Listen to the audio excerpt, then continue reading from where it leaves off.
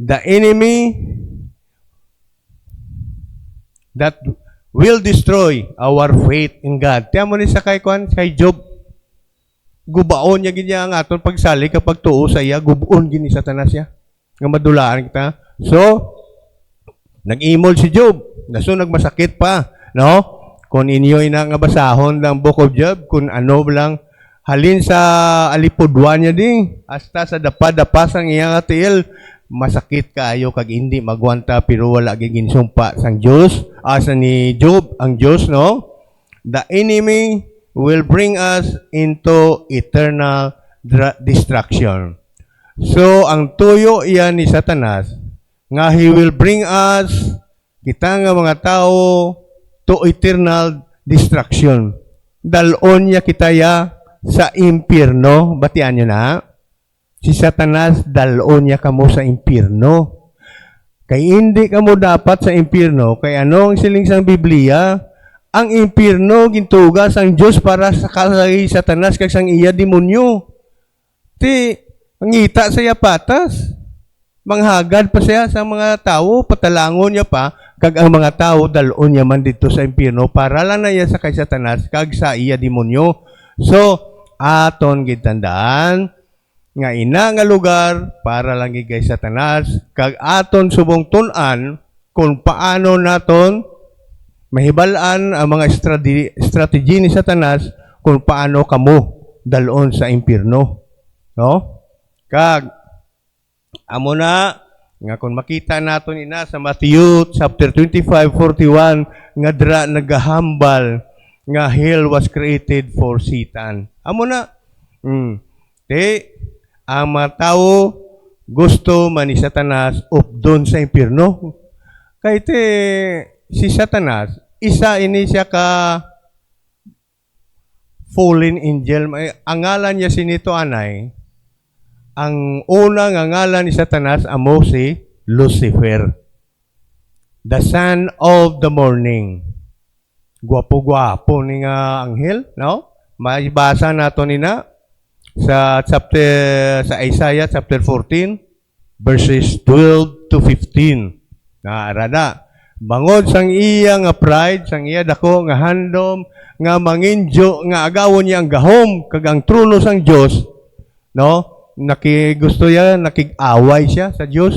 So there were angels nga maayo nga nagdepensa sa Ginoo kag ang nagupod sa kay Satanas amo ato ang itagbong sa impyerno. So ining mga nagalagaw-lagaw diri nga gina-consider naton nga hindi naton makita nga mga demonyo, amo ni sila ang mga fallen angels. Mga kabataan, inyo gini pamatian kay ini nasulat sa Biblia, hindi lang ini ulo istorya. Hindi lang ini istorya sa nga ginahatag sa aton mga teacher sa aton mga sa aton mga Sunday school para sa kabataan. Ini kamatuoran kag inyo gid tandaan ini para nga mga ready kamo anytime nga kung may mga sitwasyon, no? Nga ara kamo sa sininga tunga nga tintaron kamo ni Satanas, no? Andam gid. Mabalaan naton ina kung paano kita manginhanda kay siling sa Ephesians chapter 6 dira nga ano na kinahanglan isuklob naton ang the full armor of God. Full armor of God. Nabatian niyo na naman na sa inyo Bible study, no? Amo na, no? So amo na ang origin ni Satanas. So aton main topic subong adlaw amo ang the work of Satan, kung ano siya magtintar sa tao. Amo na bala kay ginhambal ta to hinder us to know Jesus Christ and to destroy our faith and bring us into eternal destruction sa impyerno. Then another one is the overcoming Satan, kung paano naton siya madaog. Okay? So, sa aton pagpadayon, there is somebody out there who doesn't care for you. He takes whatever you do and uses it against you. Even if you do good, your accuser will take the good you have done and twist it into something evil. Who is the accuser and who is against you? It is Satan. So makita naton, nagsagin basa ta kaina, nga si Job ya matarong gin nga tawo. Apa ginantungaan gini Satanas, no? Nga gubun ini si Job para sumpaon niya ang Diyos. No? The book of Job shows the accusatory nature of Satan. Na si Satanas ang obraya na iya gina-accuse iya ang mga tumuluo before sa Ginoo kay iya na pangtintaron. The picture that is given is one of Satan coming before the Lord and accusing Job of serving the Lord for selfish reasons. Kay ang akusasyon ni Satanas sa kay Job nga matarong lang siya o kung matutom lang na siya sa imo kay ginapakamaayo mo siya. Ginpamanggarano ni sang Diyos si Job mo. Ti amoy na nga siling ni Satanas sa Ginoo. Yati, maayo siya, mabuot siya, nagahimo sa mga maayo, kay ginbliss mo siya, ginpamanggaranon mo siya. Tisilin ni Satanas na gani, ang challenge ni Satanas na, kuwaabala, kung hindi iya kapag sumpaon. So, siling sang Ginoo, that Job verga asang ni Satanas sa Ginoo, that Job fear God for naught, has not thou made an hedge about him, and about his house, and about all that he hath on every side. Thou hast blessed the work of his hands, and his substance is increased in the land. But put forth thy hand now, and touch all that he had, and he will curse you to the face. No? Sumpaon ka ni Job, siling ni Satanas, kung pangwaon mo ining iya manggad, kung paimulon niya ikaw. Maayo lang ini nga matutom si Job sa imo, kay ang tanan nga ginabuhat niya sa imo. Ang iya mga negosyo nag-uswag, nagdamo ang iya mga baka, kag ang mga iban pa nga kasapatan, ibangod nga ginpakamaayo mo si Job, amo ina nga nagtutom siya sa imo. So, aton gitandaan, nga matuod gid man nga ang Ginoo nagapakamaayo sa iya mga kaanakan nga mga matarong. Kung kita nagato kay Kristo Jesus nga aton Ginoo kag personal nga manluluwas kag nagakabuhi kita sang matarong, ang Ginoo ya magpakamaayo gid sa aton, iblis ya gid yang aton nga ginapanghimo. So sa inyo mga kabataan, ang ara pa kamo sa stage nga naga-eskwela kamo. Ano bala ang inyo handom sa inyo pag-eskwela? Siyempre makatapos kamo, makakuha kamo sang kurso, matapos ninyo, makakuha kamo sing maayo nga trabaho nga magahatag sa inyo sang dako nga nga sweldo. Butang ta. Kung gusto nyo, handom nyo nga magtapos kamo sa inyo kolehiyo, kag magnegosyante kamo kag nagakabuhi kamo sang matarong bilang mga anak sang Dios, pakamayuhon niyang inyo nga negosyo. Hindi lang isa ka negosyo ang ihatag niya sa imo. Lain-lain nga negosyo na amoy na ginasiling bala nga ara ka ang imo negosyo nagkalain-lain. May ara ka computer shop.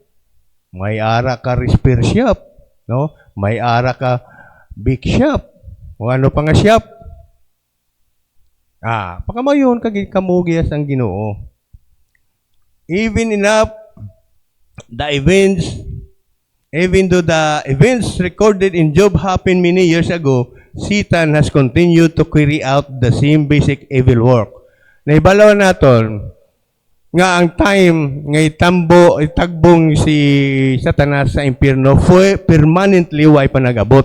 Ari pa diri siya sa kalibutan sa pagpanghangyat sa inyo mga kabataan nga ofdo niya kamo sa impyerno. Ganit tandaan nyo ini nga hindi kamo madala sa mga panginto ni Satanas. Intuon niya kamo. Labi na ginsubong nga uso nga ang desire sang tao magmanggaranon pero sa malain nga pamaagi. Nagamanggaranon sila paagi sa pagbaligya sa illegal drugs. Nagapanggaranon sila, nagadamong ila kwarta parehas ang mga scam nga katabo dire. Nagapanginto sila. Nga kung ibutang mo ding imo kapital, tagaan ka 10% kada bulan o kung 20% kada bulan, so panginto na. It is too good to be true. Basta ganit na makayo nga offer, andam na kamuna, kaya hindi na namayo. So, si Satanas, he still goes about as an adversary, seeking whom he may devour. Kapangita na siya, kung sino pa iya tokbon, nga kung mahimo, dalon niya sa impyerno. Ano? He seeks to cause you to grow discouraged in your work for God. O, ari rin, mga kabataan, ari ka mo dre perme kung Domingo, ari ka mo dre kung hapon. Ang siling diri sa aton ginatunan, nga hingabuton kamo ni Satanas, nga ma-discourage kamo sa sini nga mga buluhaton. Ano bala? Sino bala sa inyo makahatag sang idea nga tendency base ma-discourage kamo? Nga ginatanyag ni Satanas sa inyo? Kapigaduhon ayhan? Isa na nakabagay, kapigaduhon. Kaya tiha, amo ng challenge ni Satanas sa Ginoo mo, papigaduha bala si Job. Kay sumpaon niya ka na. Hindi na sa magtutom sa imo o sa mga kabataan.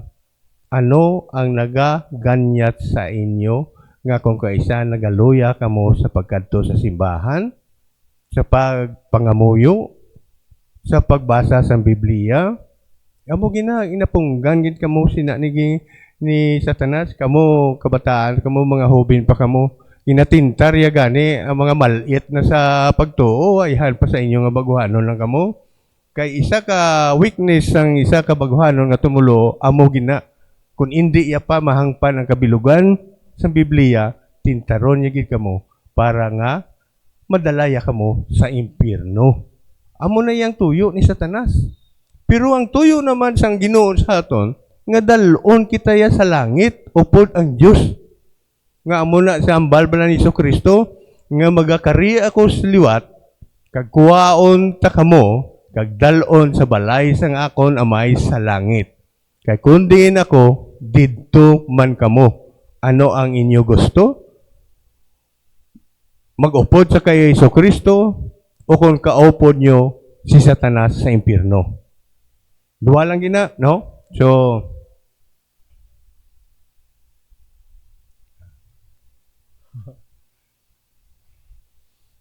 kay medyo pala malahas na tadi, no?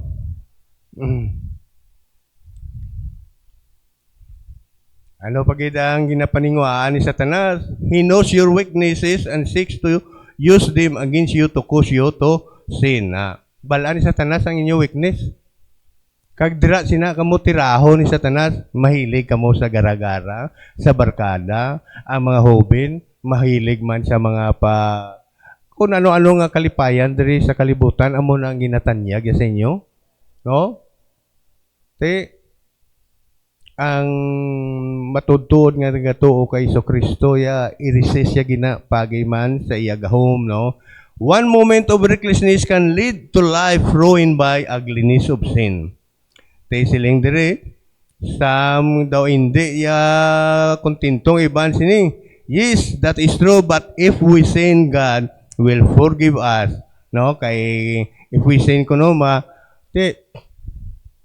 anyway, kung matintar gid siling brother sang iban nga anyway kung matintar gid man ta ni Satanas nga makahimo sang sala, ang Ginoo ya patawaron ya man kita gyapon, pero hindi ta na pag-abusahan ina nga ang pagkamaluluyon o kung ang pagkamapinatawaron sa Ginoo, hindi ta na pag-abusaran. Kay base kon kita makahimo sang hindi maayo sa Ginoo, kay masiling kita nga anyway patawaron man ko gyapon sang Ginoo, ano? Pero sa sinang nga bagay,